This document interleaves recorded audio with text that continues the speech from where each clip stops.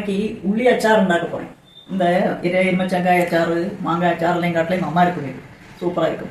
ரைஸுக்கு, சப்பாத்திக்கு, தோசைக்கு, இட்லிக்கு எல்லாமே தொட்டுனா நல்லா இருக்கும். அன்றைக்கி நீங்களும் ட்ரை பண்ணி பாருங்க. நான் அன்றைக்கி உண்டாக்குறேன், பாருங்கள் எப்படி இருக்குன்னு. அதுக்கு வேண்டிய இன்க்ரீடியன்ஸ்: ஆனியன், பச்சை மிளகாய், மிளகா பொடி, காஷ்மீரி சில்லி 1.5 ஸ்பூனு, மற்ற சில்லி பவுடர் 3/4 ஸ்பூன் எடுத்துருக்கேன். நல்லெண்ணெய் வேணும், பெருங்காயம், பச்சை மிளகாய், மிளகா வத்தல், கருகாப்பிலை, கடுகு, வினீகர். இது ஆദ്യமாக அந்த ஆனியனில் அதுக்கு வேண்டிய உப்பு போடும். அந்த 1.5 ஸ்பூன் உப்பு போடும். அதை நல்லா மிக்ஸ் பண்ணிவிட்டு அதுவும் கூட பச்சை மிளகாய் 2 பச்சை மிளகா போட்டிருக்கேன். அது பொடி பொடியாக தான் இருக்கேன். ஆனியனை நல்லா அலம்பி வாஷ் பண்ணி ஒட்டொட்டையாக ஆக்கி வச்சுருக்கேன். அதுவும் கூட 1 கப்பு வினீகர் போட்டு மிக்ஸ் பண்ணி ஒரு 10 மினிட் வைக்கணும்.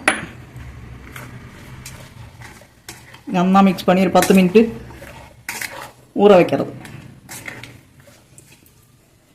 இதில் நான் நிறைய நல்லெண்ணெய் விட்டுருக்கேன். அது கொஞ்சம் நிறையவே வேணும். அது நல்லா சூடானதும் கடுகு போடும். கடுகு போடுறத பெருங்காயம் போடும். நிறைய பெருங்காயம் போடும். இதில் மிளகா வத்தல் போடும். 4 மிளகா வத்தல் போட்டிருக்கேன். கருகாப்பிலையும் போடும். ഇതൊന്ന് നമ്മൾ പൊട്ടിന പിന്നെ സ്റ്റൗ ഓഫ് பண்ணிட்டு அந்த Kashmiri chilli 1.5 spoon Kashmiri chilli, ஒரு 3/4 ஸ்பூன் சாதா மிளகா பொடி, கொஞ்சமாக மஞ்சள் பொடியும் போடுறது.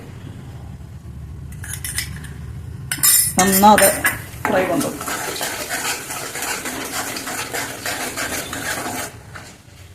நம்ம அரைப்பினு மற்றது 10 மினிட் குதிர்ந்த பின்ன இதை அதில் போட்டு மிக்ஸ் பண்ணுறது நான் காட்டித்தரேன்.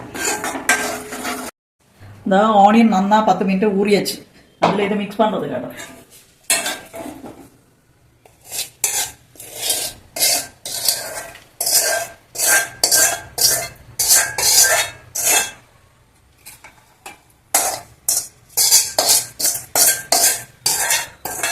இந்த மாதிரியே நம்ம பச்சை தக்காளி எடுத்து எல்லாம் பிக்கிள்ஸ் போடலாம்.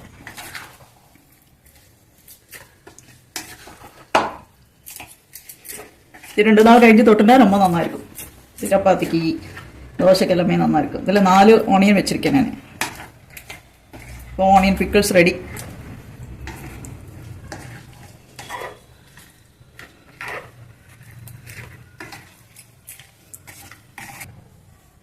ஆனியன் பிக்கிள் ரெடி ஆயிடுச்சு. 2 நாள் நல்லா ஊறிட்டு கழிச்சாலும் நல்லா இருக்கும். ரைஸ் கூட எல்லாம் நல்லா பிடிச்சி சாப்பிட்டு போயிருக்கும். நல்லா இருக்கும். நீங்களும் எல்லாரும் ட்ரை பண்ணுங்க.